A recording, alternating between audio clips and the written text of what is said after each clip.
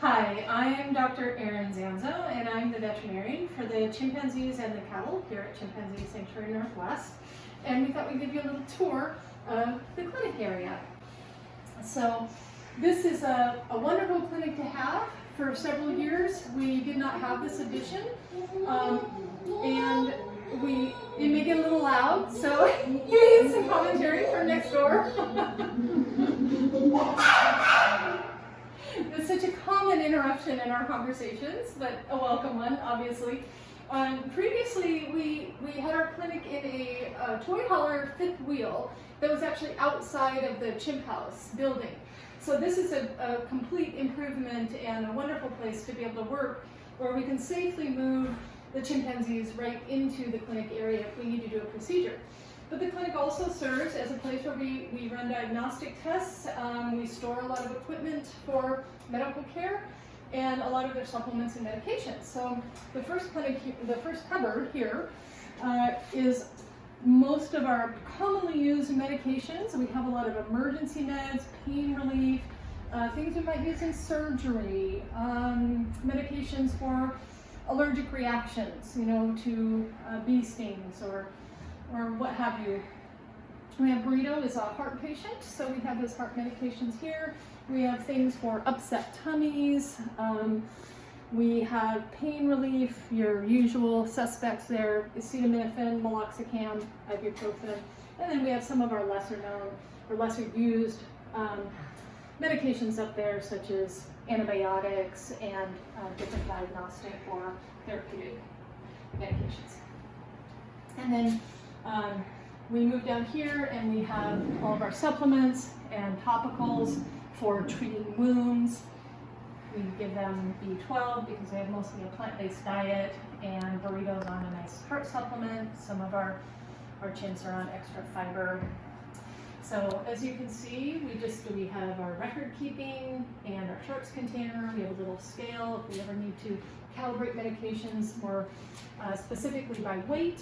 We have where we keep all of our endotracheal tubes. We put them on oxygen after a procedure, so we have nasal cannulas, have an IV catheter kit all ready to go at all times.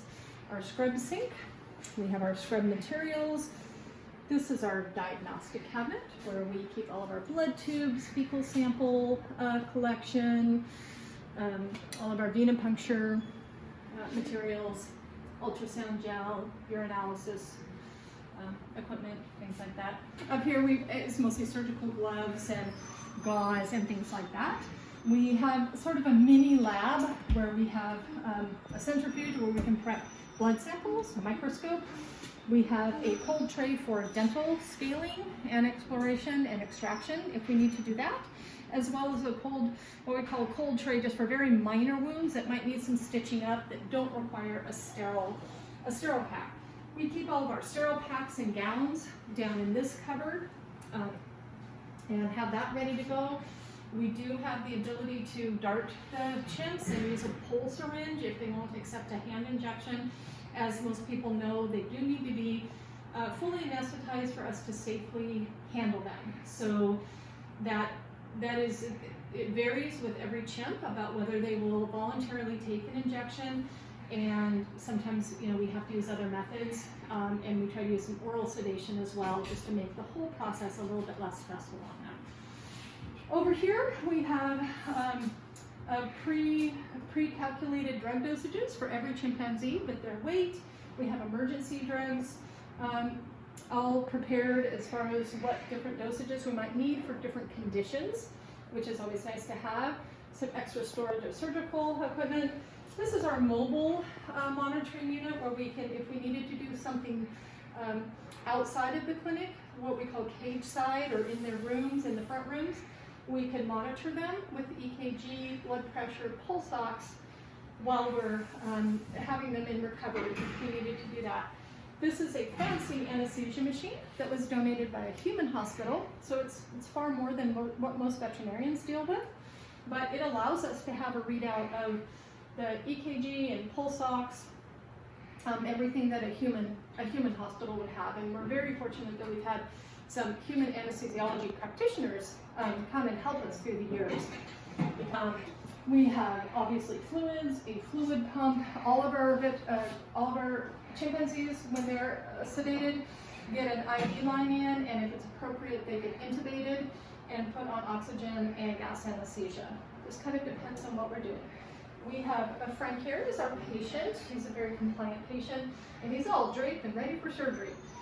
Most of our surgeries are going to be on things like hands or feet because they get injuries, and that's where most of our procedures revolve around.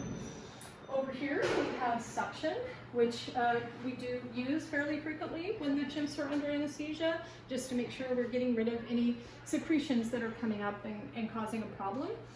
And then Anthony can guide you over to our equipment that we would use. Say we have a new ultrasound system, we have obviously monitoring pulse ox, thermometers, exam materials like an otoscope, so we can look in their ears, or a ophthalmoscope in their eyes, extra stethoscopes, that sort of thing. Right here we have our autoclave is running. It's sterilizing a pack right now.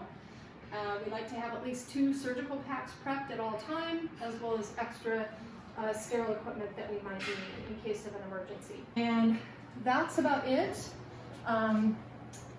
We pretty much have what we need to do most procedures that we would come across, and we're very grateful for this beautiful play.